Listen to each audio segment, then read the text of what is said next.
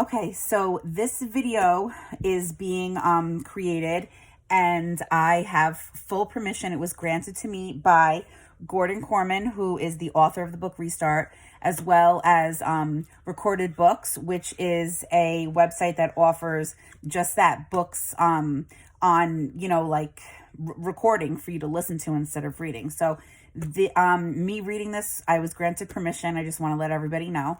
And that also, I am not doing this for profit, or am I doing it for anything else, just to extend the love of reading to my students and anybody else that wants to listen. So I just want to say that as we continue to read chapter 2 of Restart. In chapter 1, we met Chase Ambrose, the main character of the book. We know that he has amnesia, where he doesn't have any recollection of how he fell, why he fell, who he is. He doesn't recognize his mother, his brother, his bedroom. So now we're on chapter 2, and chapter 2 is titled Shoshanna Weber. So this is kind of like a text message between Shosh 466 and JW Piano Man. So I'm going to go and read that to you guys. So Shosh says, "Hey little brother, want to smile?" And Piano Man does like a million question marks. And Shosh says, "Alpha Rat took a header off his roof and almost killed himself." And Piano Man says, "By almost, you mean?" And Shosh said, "Sorry, still alive, but supposedly messed up. Just got out of the hospital yesterday." And then Piano Man replies, "Any chance Beta and Gamma rats fell with him?" And Shosh says, "Nope, solo performance. Don't get greedy. Smiling yet?" And then Piano Man said, "Now who's being greedy?" So I know who that is, but you're going to now learn who the character Shoshanna is, and her brother, who is JW Piano Man. So let's read more. It says, "I exit messages and call Joel because I'm worried about him." So this chapter is being told from the perspective of Shoshanna Weber.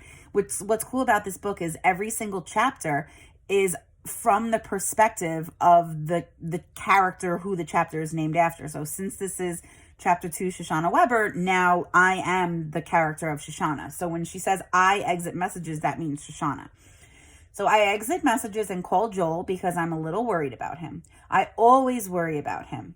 He's my younger brother, 14 minutes younger anyway. But if he thought of Chase Ambrose falling off his stupid roof onto his stupid head doesn't bring a smile to Joel's lips, then something is seriously wrong.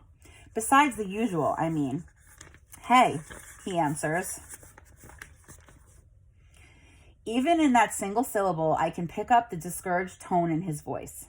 He's angry and homesick, and who can blame him? It's not like going away to boarding school was his first choice, or even his 20th. "Is Melton getting any better?" I ask, almost afraid to hear the answer. "That's Melton Prep and Musical Conservatory in New Britain, Connecticut." "What can I tell you? It's exile." I don't argue with him. How can I? Joel's a talented musician who belongs in a place like Melton, but that doesn't change the fact that he'd still be at home starting 8th grade at Hiawatha if it weren't for what happened. "How are the other kids?" "Okay," he replies without much enthusiasm. "All losers, just like me. I'm probably not going to get picked on if that's what you mean. There are no pickers here, only pickies." That bugs me. You're not losers. You're there because you're winners. You have talent. There's a reason why I can't live in my own town, and it has nothing to do with playing the piano. It's Alpha Rat, and you know it. If he fell off a skyscraper instead of his own roof, I'd be on my way home right now. I have to let that pass because that's the bitter truth. Chase Ambrose and his 2 disgusting friends hounded my poor brother out of town. The thought of it amazes me, even though I saw it happen. I still can't figure it out. Chase isn't Darth Vader or Voldemort. He doesn't have the Force or dark magical powers, and yet he, Aaron Hackerman, and Bear Bratsky made Joel's life so miserable that my parents had no choice but to find him a school in another town. We need to fight it. My dad spent so much time in the principal's office that it would have made sense for him to leave a change of clothes there. But nothing could be done about the bullying. Most of the time, there was no way to prove who was doing it. A random foot tripping Joel up in a crowded hall. A shoulder rammed into his chest that sent him sprawling. "Sorry, man, didn't see you." Dog poop pushed in through the vents of his locker. Ugh. That's some serious bullying. That's not cool. His clothes mysteriously disappearing from the changing room to be replaced by a rabbit suit. When a science project wound up smashed or a painting ruined in the art room, it was always Joel's. On the night of the talent show, when the fire alarm was pulled, it was during Joel's piano performance. It started with just Chase, Aaron, and Bear. Eventually, though, it spread. The other kids, well, they just couldn't help notice that every time someone was making a fuss or protesting, stuffed into a locker or mummified with toilet paper, it was my brother. Before you knew it, Joel was the school victim and the school joke. His life was practically unbearable. Who do you blame? The principal? Dr. Fitzwallace did what he could, but most of the time there wasn't any evidence. Sure, he could make the occasional try. There was this time Chase chucked a lacrosse stick at Joel's bike and the butt end got jammed into the spokes. Joel went flying over the handlebars and wound up with a sprained wrist, a black eye, and a nasty scrape along his jaw stretching from his chin to his ear. So from here, he had a big cut from falling off the bike. There were plenty of witnesses to that one. Dr. Fitzwallace, he's the principal of the school they go to, okay? So Dr. Fitzwallace was all set to throw the book at Chase, a long suspension, the works. The school board overruled him. They agreed it was wrong to throw the stick, but insisted that Chase couldn't have predicted it would result in serious injury. Ha! The real reason was that Chase was the town sports hero and the son of the last town sports hero. Chase's dad had a lot of admirers on that board, and my family didn't. Seems pretty unfair, right? The only time anyone was able to pin something on those three idiots, it had less to do with my poor brother than the fact that it cost the district money. At the big open house in May, Joel was invited to play the piano.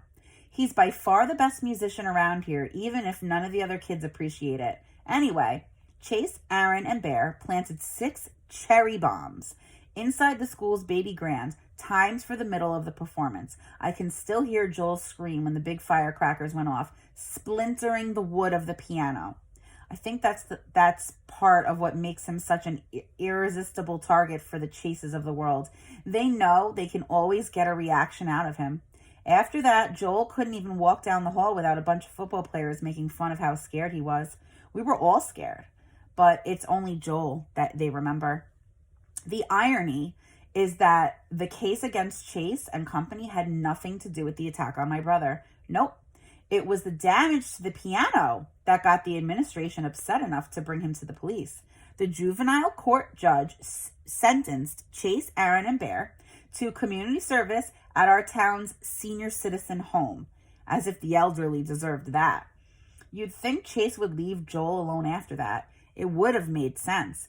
But sense has never been an alpha rat quality. So my parents found a new place for Joel because as long as that bully was around, my brother would never be safe. Joel's probably right that if Chase had fallen off a skyscraper instead of just a roof, he'd be able to leave Melton and come home. Sometimes I feel like I should be up on that tall building pushing Chase over the side, but that would make me no better than him, and I am better. Everybody is. So Shoshanna's opinion about Chase is obviously she thinks, that he's a bully, and rightfully so. These things that Chase has been doing to Joel, who's her twin brother. She says that she's, 14 minutes older than him. So they're twins. It's indescribable. And, dog poop through the locker. And this is just like tormenting. And that is what bullying is. It's repeated, aggression, torment, bothering, making fun of somebody like over and over again. And that's just what Chase and his 2 friends, Aaron and Bear, were doing to Joel. And they did it so badly that Joel had to go to another school to feel safe. So imagine how the sister Shoshanna feels. The night before the first day of school, my dad always used to take Joel and me to Heaven on Ice, which is one of those self-serve frozen yogurt places. Even though Joel and I are twins, our dessert strategies are totally opposite. I get vanilla yogurt with just a handful of chocolate sprinkles. Joel prefers a thimbleful of yogurt and 99% toppings. It's a competition to see who can load up the most weight. I don't want to go this year. Come on, shush, my dad wheedles. It's a tradition. All your friends will be there. Not my best friend. So she's obviously talking about her brother, She's sad. He gives me a sad smile. So you and Joel are best friends now? When he's home, you two fight like cats and dogs. He should be home now. I know Dad's trying to help, but I'm determined to be miserable. We've been over this a million times. This is the best thing for Joel. Whatever the reason he's there, he'll learn to love Melton for the music program. In the end, I let him talk me going. Mom and Dad are worried enough about my brother. I don't need them stressing over me, too. It's weird to be at Heaven on Ice without Joel. I see Hugo and Mauricia, and the first question they ask is how Joel's doing. The way they say it, it's like he's been shipped off to the moon, not Connecticut. I don't want to deal with the whole sob story again, so I changed the subject and asked them about camp. They both went to sleepaway this summer. Right when Hugo is telling me about his life and death struggle with a pup tent, I spot him, the jerk, the worst person in the world. Chase has a few small cuts and bruises on his face, although nothing like what I was hoping for. His left arm is in a sling, but that's about it. He's standing in front of the row of yogurt dispensers with a timid look on his face like he honestly can't decide what flavor he wants. Isn't that classic? The kid who feasted on Joel, chewed him up and spit him out, can't make up his mind between strawberry banana and rum raisin? Too bad they don't have poison. He must feel me glaring at him because he glances up and catches my eye. He looks right through me at first, which is insulting enough. And then he does something so horrible that I can barely believe it, even from the likes of him. He casts me a shy smile. Now remember, Chase has no idea who Shoshanna is. He lost his memory, so he's at the yogurt shop, and he smiles at her. All the anger that's been building inside me since Joel left for Milton rises to the surface like magma. Before I have a chance to think about it and stop myself, I stalk over to Chase. I get right in his face and I tell him, "You've got some nerve grinning at me after what you did. You stay out of my way or you'll be sorry." I take my beautiful vanilla yogurt with chocolate sprinkles, dump it over his head, and sweep out of the store. My father's in conversation with one of the other dads and also almost misses me storming past. "Done so soon?" he asks. Then he looks back inside and sees our family archenemy, dripping frozen yogurt and sprinkles all down his face, dabbing at himself with a soaked napkin in his one free hand. "Cars around the corner," Dad mumbles, hurrying me away from Heaven on Ice. He's embarrassed, sure, but maybe also a little proud. And how do I feel? I thought there was nothing Chase could do to make me madder at him than I already am. Now I stand corrected. Every time I think about it, my blood boils a little bit hotter. After all that bad history went down between him and Joel, I swear, he looked at me like he'd never seen me before in his life. Like he hadn't played a starring role in destroying my family.